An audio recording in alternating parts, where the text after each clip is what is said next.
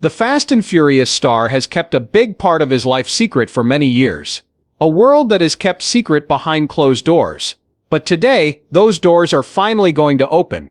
Not only rare cars were found in his private shed, this book is a shocking mix of sad stories, personalized gifts, and forgotten memories that will shock everyone. There is one car that changes everything. Get ready to find out the truth. People think of Dominic Toretto right away when they hear the name Vin Diesel. The black 1970 Dodge Charger RT is what they think of when they think of Dom Toretto. There's more to this car than just metal and an engine. It stands for family, strength, and never letting up, in the movies, Fast and Furious. It has been through crazy street races, train crossings, and dangerous stunts to become the unofficial mascot of the whole series. In the movies, Dom and his dad built this monster. It had a 470 horsepower Hemi 8 engine, which made it a real beast on the road. The 1970 Dodge Charger RT was from the second generation of Chargers, which were known for having a unique look. An even more powerful 446-pack engine with 375 GP and 490 lb-ft of torque could be added. This is where things really start to amaze me. Vin Diesel does more than just drive this car. In real life, he has a very special copy of it. Most of the time, the cars in movies were copies or were changed for the movies. But Vin Diesel paid an amazing $1 million for his own 1970 Dodge Charger RT. This Charger isn't like any other. The machine was made just for you. It has a special fast electronic fuel injection system with 3 injectors per cylinder and 8 nitrous oxide injectors. The blower has a positive displacement of 871. It now has more than 900 horsepower, plus an extra 250 horsepower from the nitrous gas. At 8,500 revolutions per minute, it has almost 1,200 horsepower altogether. To handle this much power, the frame, chassis, brakes, and rear axle were all made very strong. This car is very important to him, because it reminds him and fans of how the movie series began, and how the first movie's emotional ending, where Dom and Brian's paths cross in a blur of speed and loyalty, made him feel. After the first Fast and Furious movie is over, Dom is seen driving off into the sunset in a red 1970 Chevrolet SS. He is seen switching between famous muscle cars. It became clear that he was a restless person because of this car. In later movies, the Chevelle showed up again, sometimes painted gray and always ready for a fight. This was the real deal when it came to fast cars. There were 4 different powerful engines available for the 1970 Chevelle SS. The most powerful was the 454 LS6 engine, which made an amazing 450 horsepower. It was one of the fastest American muscle cars of that era, and the second fastest car ever made in 1970. At the time, it even had the most horsepower that could be promoted. This car is very important to Vin Diesel and the movie series, as he has called it, the first fast car. It keeps showing up, even in the newest behind-the-scenes videos for upcoming sequels. This shows how important it is to both the actor and the series. Today, someone would have to pay over $99,000 to buy a 1970 Chevelle SS, especially the sought-after Sport Coupe LS 6454 type. 2 real Chevelle SS coupes were used in the movie. They are now safely put away, and haven't been changed in any way that you might see on other movie cars. Rare gems, like Vin Diesel's 1969 Dodge Charger Daytona, are hard to find. A car that was made to go fast and look great. The Daytona was made to win NASCAR races. It had a special aerodynamic nose cone and a huge rear wing that was 23 inches tall and reached high into the air. In Fast and Furious 6, this warrior with wings made a short appearance. However, Vin Diesel's real car is not a movie prop. This car is really hard to find. In 1969, only 503 were made, making it one of the most sought-after and rarest American sports cars. Out of those, only 70 had the powerful 426 Hemi engines that put out 425 horsepower. The Daytona's long nose and huge rear wing were not just for looks back then. On the NASCAR track, they made it the most powerful car. It won 6 major races before the rules were changed to stop it from fully beating the other cars. It may not have been able to race after this short ban, but fans will always want one. A flawless 1969 Dodge Charger Daytona can fetch more than $1.3 million at sale these days. Some have even sold at auction for a record-high $3.3 million. It's possible that Vin Diesel's Daytona is one of the most valuable cars in his garage. He is not just a car fanatic, because he has a real 1969 Dodge Charger Daytona. This is a very rare and expensive car that was banned from NASCAR for going too fast, which makes him a serious collector of automotive history. There is something about American muscle cars that really gets to Vin Diesel. He also likes current superfast cars. Some truly mind-blowing machines that push the edges of speed and comfort can be found in his garage. Here is the first of these modern marvels, a race car from Lebanon called the Lykan Hyper Sport. Known for flying between buildings in Furious 7, it costs more than $3 million, or about $3.4 million.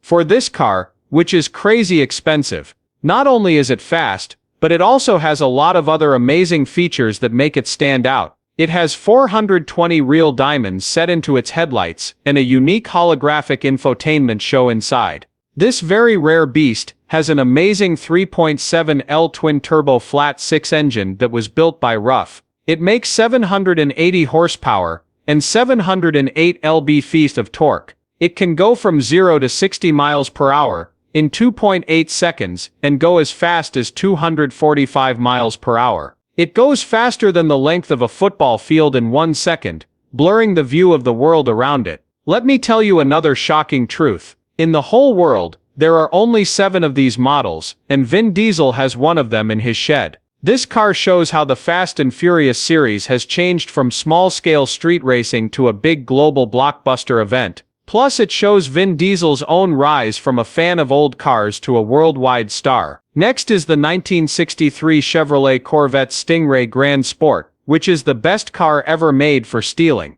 Fast 5 was the best movie in the series, and this car took it to a whole new level. This Corvette was quick, light, and had a lot of power, so it was perfect for the movie's risky train heist. In real life, everyone knows how much Vin Diesel loves this rare Corvette. Collectors love it because of its unique split-window form and history in racing. It's very hard to find this car. There were only 5 of this type ever made, making it a true masterpiece in the history of cars. It has a strong V8 engine, a 377-in, all-aluminum small Glock engine, with 4 Weber side draft carburetors, and 550 horsepower, at 6,400 revolutions per minute, was the most serious stock engine for racing. At 6,000 revolutions per minute, a different form of its V8 engine made 485 horsepower. In the movie, Vin Diesel's character Dom Toretto famously stole one from a moving train. However, Vin Diesel himself bought one. This sports car is the most expensive antique in Diesel's collection.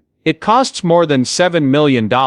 He bought this very rare and expensive car right after seeing it in Fast 5, which shows how his experiences on screen affect the things he buys in real life. What about bikes now? Vin Diesel is known for his love of cars, especially in the Fast and Furious movies. However, most of the cars in his personal collection are powerful four-wheel drives. He was related to Lazarus Custom Bikes in the movie Babylon AD. These bikes had computer-controlled supercharged V-twin engines and a futuristic look, which usually meant single-sided forks and swing arms. There was also a Reddit post about a Venezuel Motivis Maximus road bike with a sticker of Vin Diesel on it. However, this was a fan-made bike and not one that Diesel owned or supported. Motorcycles aren't seen as often as cars in the Fast and Furious movies. In fact, only a few types are shown. For example, a 1996 Honda CR is used as a getaway car in the first movie. There is a clear difference between his on-screen character, who drives a variety of cars, and his real-life interest, which is mostly high-performance cars, especially American muscle cars. It's clear that his true love and personal collection are his amazing cars, even though he may ride bikes in movie scenes. Behind the loud engines and shiny metal, Vin Diesel is a very successful businessman and actor. Just as interesting is his life outside of the garage, which shows how he built his business and where he finds peace. By a strange turn of events that sounds like something from a movie, Vin Diesel began acting when he was only 7 years old. He, his twin brother Paul, and some friends broke into the New York theater for the new city with the plan of getting into trouble. But instead of calling the police, the artistic head of the theater gave them an interesting option. You need to join a children's theater school or else. They were given a script and told to come back the next day. Everything changed at that time. Vin Diesel said that day was the last time he ever stopped playing. But it wasn't easy for him to get into Hollywood. With his writing degree in hand, he went to Los Angeles when he was 23 to try to make it big. The City of Dreams, on the other hand, had other ideas. He looked for an agent and tried to get projects for a year but failed. People often told him he wasn't marketable or was too different because of his mixed background, which made it hard for him to fit into certain jobs. After many closed doors, Vin Diesel chose to do something about it himself in 1995. He wrote, directed, produced, and starred in a short movie called Multifacial with money he had saved and borrowed. This movie told a personal story about an actor who was having a hard time because he was mixed race and had trouble getting roles. It was only shot in 3 days and cost very little money, but it moved a lot of people and was shown at the Cannes Film Festival in 1995. This small movie made a huge difference. It caught the attention of famous director Steven Spielberg, who gave Vin Diesel a part in his Oscar-winning war movie Saving Private Ryan in 1998 because he thought he was so good in it. Before this, Vin Diesel had a small part in the 1990 movie Awakenings that wasn't marked as his. His career took off after he saved Private Ryan. Back in 1999, he did the voice of the lead character in the animation science fiction comedy, The Iron Giant. In the science fiction horror movie Pitch Black, which came out in 2000, he played the bad guy Riddick, which was his big break. Then, in 2001, The Fast and the Furious came out and changed his life forever. This movie made him famous all over the world. As Riddick, he played the part again in The Chronicles of Riddick, 2004. He also acted in other big action movies, such as X 2002. While The Chronicles of Riddick didn't do as well at the box office, his 2005 comedy The Pacifier was a surprise hit and made him a lot of money. In 2006, he tried his hand at a serious drama part in Find Me Guilty. His performance got good reviews, but the movie didn't do well at the box office. As proof of his rising fame, he directed a short film in 2009 called Los Banderos. It was a prequel to the Fast and Furious series, and showed where his character Dom had been. He didn't just wait for chances to come up. He built them. He started his own production company, One Race Films, so he could have more artistic freedom over his movies and help bring different kinds of actors to the big screen. He once said, "I had to make my own fate. I would still be waiting for Hollywood if I did that." Today, Vin Diesel does more than just play. He has had a lot of business success. His net worth is thought to be between $225 million and $250 million as of 2025. He got most of his money from his amazing work as an actor, writer, and director. Adding to his wealth, the Fast and Furious movies have been huge financial successes for him. He makes a lot of money as an actor. Each movie makes him about $20 million to $25 million. A crazy $47 million was paid to him for Furious 7. He wasn't just getting paid a lot of money to act. The reason was that the movie was a huge hit at the box office, and he got a cut of the money from his own production business. He also makes money from other big hits like XXX and Riddick, in addition to the Fast and Furious movies. Also, he does voice work and is known for playing Groot in the Guardians of the Galaxy movies. Forbes' list of the world's highest paid artists often has him on it. Even though Vin Diesel is very famous, he doesn't talk much about his personal life. For example, he told Details magazine that he follows a code of silence, just like Harrison Ford, Marlon Brando, Robert Darrow, and Al Pacino. This means that he doesn't talk about his personal life on magazine covers. He really wants to keep his houses and family information private, so that no one else can see them. But it is known that Vin Diesel has some really nice houses. He has talked a lot about how much he loves the Dominican Republic, where he has a lovely holiday home. He also has a fancy apartment in Manhattan, New York, which is linked to his roots on the East Side. A lot of people on the internet think he owns a Beverly Hills house worth $5.2 million.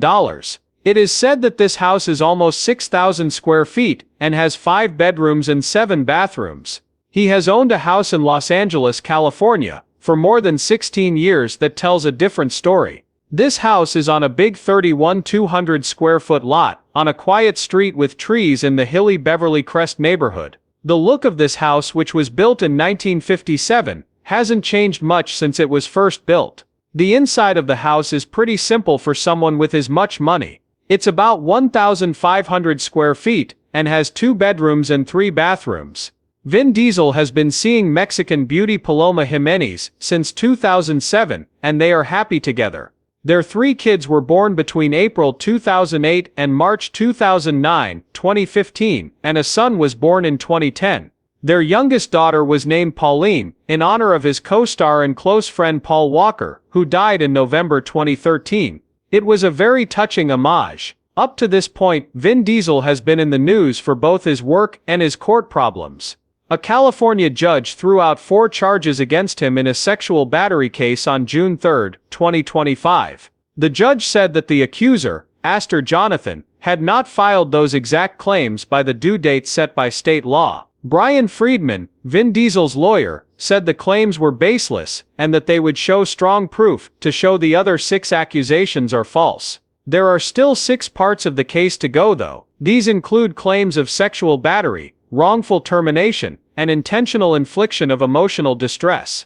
Jonathan sued Diesel in December 2023, saying that he abused her in 2010 at an Atlanta hotel while they were shooting Fast 5. She said he pulled her on a bed against her will, touched her, and then fired her the next day.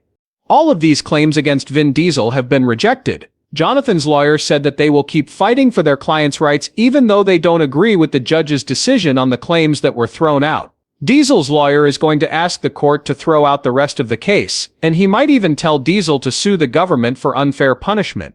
The next hearing with a jury for the remaining claims is set for August. Even with these legal problems, Vin Diesel is still focused on his work. At the moment, he is still working on Fast X Part 2, which is the next movie in the Fast and Furious series. Fans have been getting excited by seeing behind-the-scenes photos of his character Dominic Toretto going back to the shop to fix up both new and old cars. He showed pictures of the Toretto shop with his famous 1970 Dodge Charger RT parked outside, which gave a hint about how much power is being worked on. He also used the phrase heart, family, legacy to market the garage. Even cars like Paul Walker's famous Supra will be in the movie, and he has been seen in behind-the-scenes videos doing crazy driving tricks. Even though a lot is going on, this shows that Vin Diesel is still very dedicated to the Fast and Furious world and its fans. This is what really shocks Vin Diesel's garage. It's a live tribute to the legend he's become, on and off the screen.